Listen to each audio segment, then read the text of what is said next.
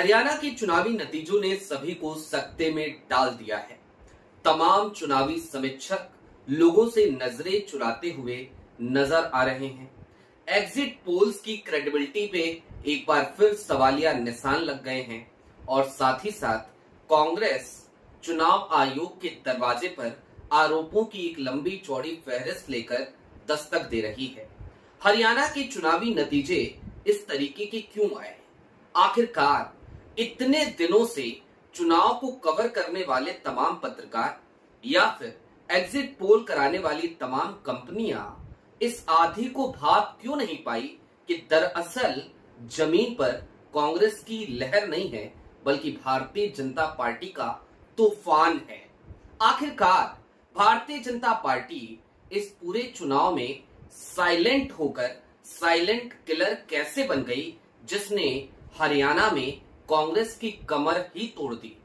कांग्रेस की कमर क्या सिर्फ हरियाणा में टूटी है या फिर आने वाले दिनों में इसका असर महाराष्ट्र और झारखंड के चुनाव पर भी देखने को मिलेगा? और क्या अगर हरियाणा में इंडिया अलायंस चुनाव लड़ता, भारतीय जनता पार्टी बनाम कांग्रेस की बजाय भारतीय जनता पार्टी बनाम इंडिया अलायंस होता तो नतीजे कुछ और हो सकते थे। इन तमाम बातों की समीक्षा करेंगे। नमस्कार, मैं स्वप्निल और आप युग चरण न्यूज देख रहे हैं। आगे बढ़ने से पहले बड़ी छोटी सी अपील जो हमेशा आपसे की जाती है, यदि आप नए हैं, पहली बार चैनल पर आए हैं तो चैनल को अभी सब्सक्राइब कर लीजिए। आगे बढ़ते हैं, आपको उस समीक्षा की तरफ ले जाते हैं जिसके लिए ये तमाम भूमिका हमने बनाई है। सबसे पहले कहां से बात शुरू की जाए, तो क्यों ना कांग्रेस के आरोपों की फहरिस्त ही देख ली जाए। कांग्रेस का आरोप है कि कई सीटों के चुनाव में धांधली हुई।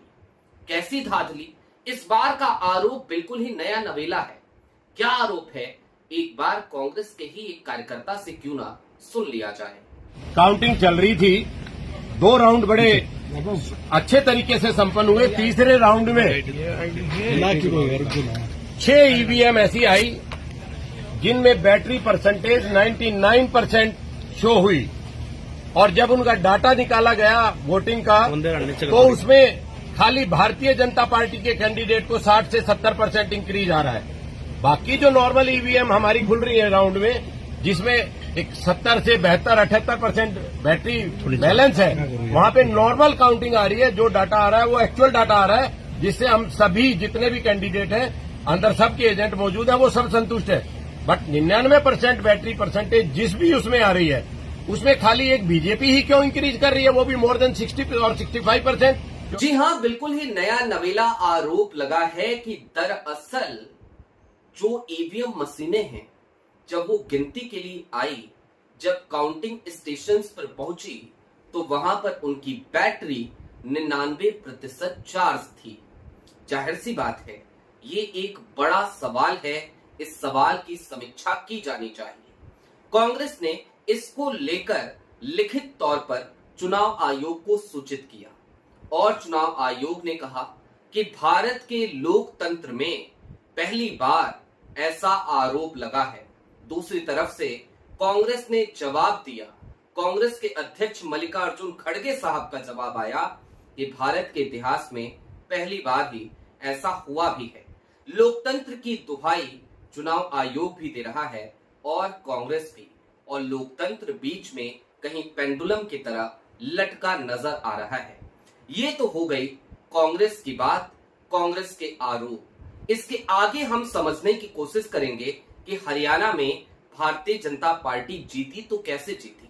क्या चुनावी धांधली कोई बड़ा कारण है या फिर कारण कुछ और है? कुछ और यानी जाट बनाम गैर जाट। वो समझने से पहले लेकिन मैं चाहता हूं आप एक बार कांग्रेस नेता पवन खेरा को भी सुन लीजिए, जिन्होंने बड़ी साफगोई के साथ अपनी बात रखी है। हरियाणा में चुनाव हुआ जिसके नतीजे बिल्कुल अप्रत्याशित हैं और यहां तक कि यह भी कहेंगे कि अस्वीकार्य हैं। जिस तरह की शिकायतें लगातार आ रही हैं, अभी हम जयराम रमेश जी और मैं जिस कमरे में बैठे थे वहां भी लगातार शिकायतें हमारे नारनौल के कैंडिडेट राव नरेंद्र सिंह हो गए या पानीपत के कैंडिडेट हो गए, 3 जिलों से हिसार, महेंद्रगढ़, पानीपत, यहां से लगातार शिकायतें आ रही कि कैसे बैटरीज जो मशीन की थी वो 99% थी और जिन मशीनों की बैटरीज 99% थी उन मशीनों में नतीजा एक आया, हमें हराने वाला नतीजा आया, और जो मशीनें नहीं जिनको छेड़ा गया, जिनकी बैटरी 60-70% जो स्वाभाविक है होनी चाहिए थी, उसमें हम जीत रहे हैं हमारे कैंडिडेट। तो हम ये सारी शिकायतें इकट्ठी कर रहे हैं। हमारे कैंडिडेट्स ने वहां रिटर्निंग ऑफिसर्स को शिकायतें दी हैं और दे रहे हैं अभी।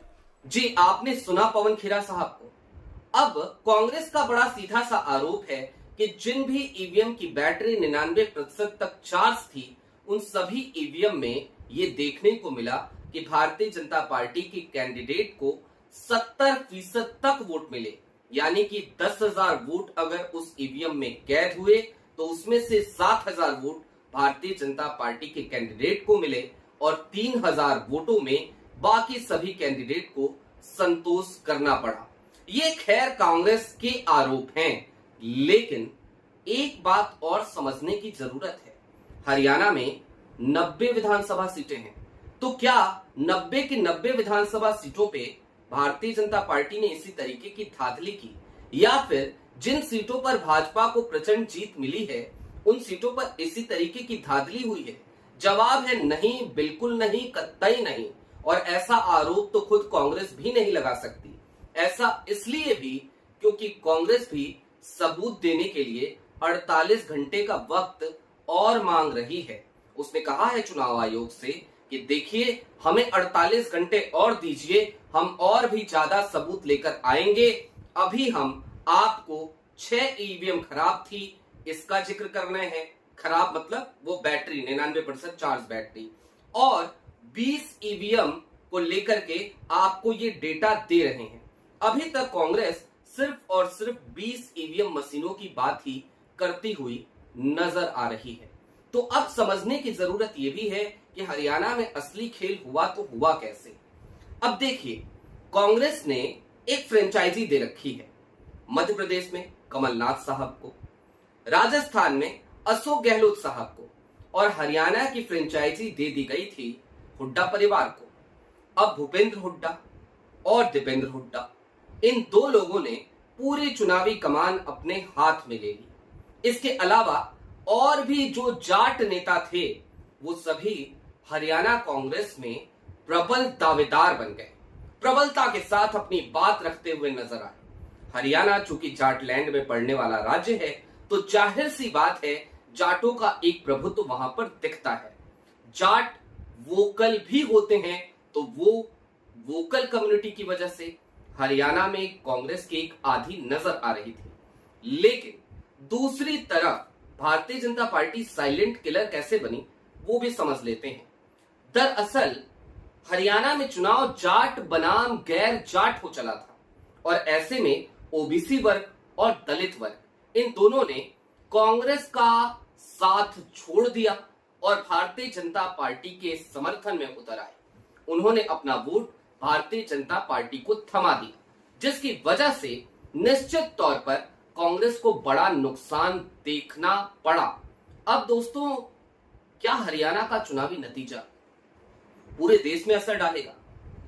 क्या इसका असर महाराष्ट्र और झारखंड के चुनाव में भी पड़ेगा? और एक ये नैरेटिव क्या अब वाकई में खड़ा हो जाएगा कि जहां कहीं भी कांग्रेस बनाम भारतीय जनता पार्टी की टक्कर होती है, वहां पर भारतीय जनता पार्टी बाजी मार ले जाती है और कांग्रेस हाथ मलती रह जाती है? ये भी समझिए।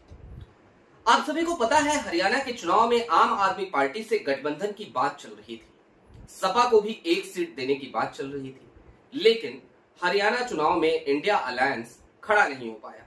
कांग्रेस बनाम भारतीय जनता पार्टी की लड़ाई वहां देखने को मिली, और ये जब टक्कर हुई तो कांग्रेस हार गई। जम्मू कश्मीर में भी साथ ही साथ चुनाव हो रहे थे, वहां पे इंडिया अलायंस को जीत हासिल हुई, लेकिन हरियाणा में हार मिली। इसके बाद एक नैरेटिव चल निकला कि देखिए जनाब, अभी भी भारतीय जनता पार्टी के सामने कांग्रेस टिक नहीं पाती है।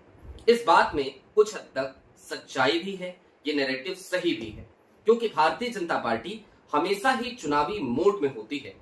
चुनाव की उसकी तैयारियां कांग्रेस से बहुत ज्यादा मजबूत होती हैं, इसमें किसी को कोई शक नहीं होना चाहिए।